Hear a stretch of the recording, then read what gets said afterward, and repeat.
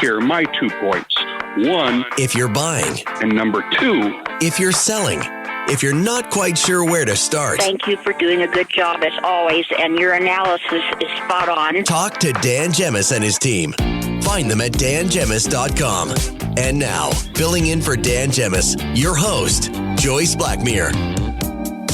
Welcome back, everyone. Thanks so much for tuning in. It's 12:20 here on AM800. I'm Joyce Blackmere, Director of Sales and Broker with the Dan Gemus team. And I have Kathy Talbot in studio with me today. Hi, Kathy. It's 12:20 already. It's Didn't we just sit 12:20. down? Yes, we just sat down. Yeah, I'm like watching the clock like a hawk.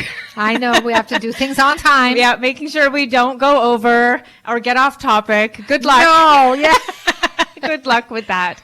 Okay, so listen.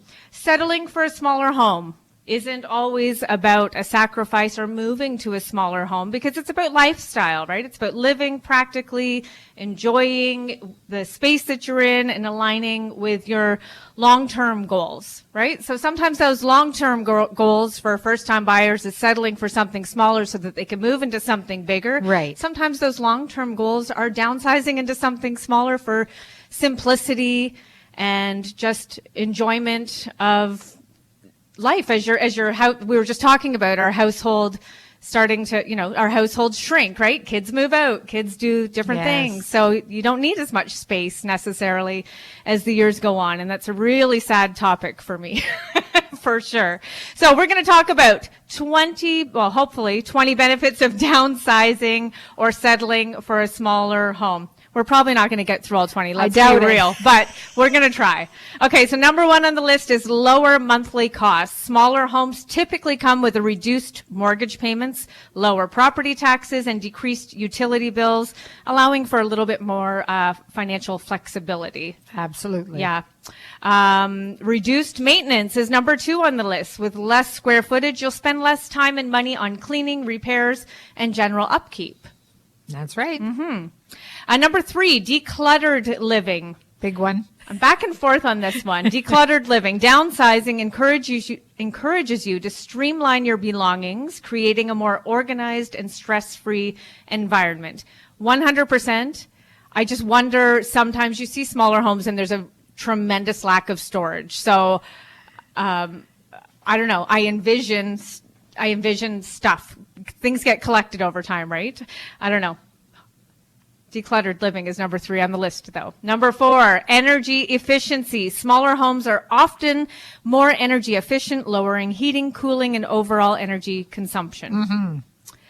More savings. Lower housing costs can free up funds for savings, investments, travel, or other lifestyle priorities. 100%, right? Yeah. People often downsize to a condo so they can just lock it and leave. That's right. So yeah, I love that one. Easier accessibility is number 6. Smaller homes are often more accessible, especially for retirees or those planning to age in place, with fewer stairs and compact layouts. Yeah, I think depends on time it of life. depends Yeah. on the property. It depends on the age of the property Yes. too, right? Some of the older wartime homes have the steeper staircases that go upstairs or what have you. But where are we? Stronger family connections, maybe financial connections, but family connections. Cozy spaces can foster closer relationships as family members spend more time together in shared areas. Yeah, that's a really good one, because I know some people who their house is absolutely massive and the kids are in the basement. You can't hear them. You don't see them. They don't even communicate. Yeah. They text them to talk to them in the dinner's basement. ready. Yeah. So, and it's a huge house. So it's fine in some ways. The kids have a place to play when they're small, blah, blah, blah. But you're right. That intimate connection is not there. Right.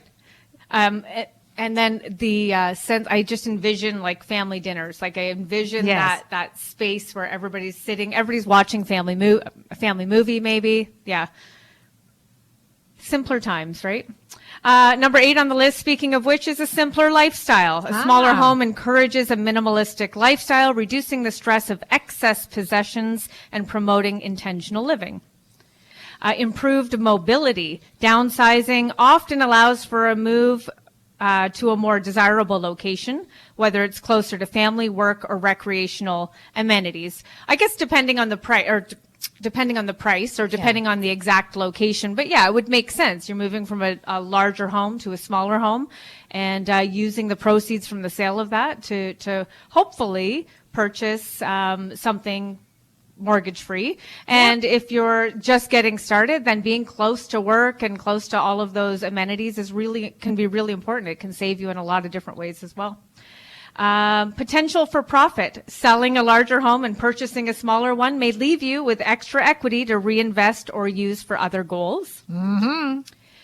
Reduced environmental impact. A smaller home uses fewer resources and generates less waste, making it more eco-friendly housing option. Okay, I like that's that good one. too. Yeah. Freedom to travel, lower housing costs, and less maintenance mean you can spend more time and money exploring the world without worrying about upkeep. Yeah. Again, I think it depends too. Upkeep, if you're buying a home, you still need to keep it up. I mean, it's still a home regardless of the size. I mean, I'm thinking of grass. Yeah, I was going to say and it could be, they that could kind be of talking thing. about property size too, when you've got 3 acres of grass to cut and That's big true, yeah. outbuildings to look after. And yeah. Yep. Number 13 on the list. Look at us go. More manageable for one or two. If you're an empty nester or single, a smaller home may better suit your current lifestyle needs. Yep, that's a good one. Number 14, focus on quality over quantity. With less space to fill, you can invest in higher quality furnishings and decor that truly enhance your home. Yeah, if you're not, family room plus a living room, kitchen plus a dining room, that's a lot of furniture. That's a lot of redecorating, potentially updating, maybe. Yeah. That makes sense. Number 15, lower insurance costs. Smaller homes typically have lower insurance premiums, helping you save even more money. Again, economical. Yep. Number 16, opportunity to customize. With a smaller space, renovations or upgrades are often more affordable and achievable. So that goes along with quality over quantity for sure. Number 17 is less stress about space. No more worrying about unused rooms or spaces that collect dust and add to your cleaning load. Mm-hmm. That actually creates stress for me because I'm thinking about this, the time of life right now, right, where my kids are moving out, and yeah, there's still bedrooms there, but it's just stressful.